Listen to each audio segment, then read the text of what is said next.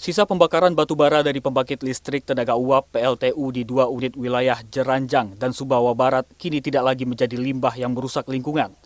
Melalui inovasi, pemerintah Provinsi Nusa Tenggara Barat akan memanfaatkan sisa pembakaran batu bara atau fly ash bottom ash, FABA, sebagai bahan baku pembuatan material konstruksi seperti paving, batako, road base, semen, gerabah hingga aspal.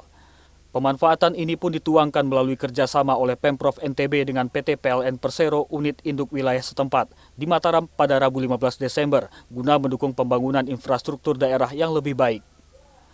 Berdasarkan data yang dihimpun, 2 unit pembangkit listrik tersebut memiliki potensi pemanfaatan FABA hingga 87 ton per hari atau mencapai 2.600 ton lebih per bulan.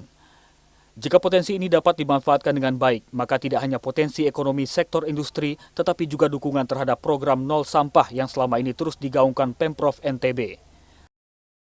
Di mana FABA ini yang mulanya waste, sampah, sekarang ini menjadi bermanfaat ya, banyak fungsinya gitu ya. Mudah-mudahan langkah ini diikuti oleh langkah-langkah teknis yang betul-betul bisa memanfaatkan FABA ini untuk hal-hal yang bermanfaat untuk pembangunan di NTB. Hari ini sudah tantangan PKS, nah selanjutnya kita akan lanjutkan kerjasama, jadi mendukung program pemerintah Zero Waste.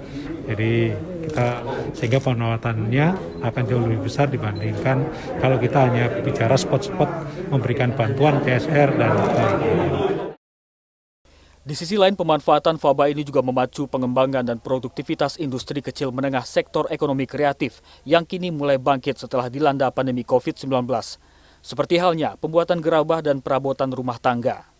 Upaya ini juga sekaligus mendukung komitmen PLN yang terus berinovasi untuk menghadirkan energi terbarukan ramah lingkungan. Dari Mataram, Nusa Tenggara Barat, Kusnandar, Kantor Berita Antara mewartakan.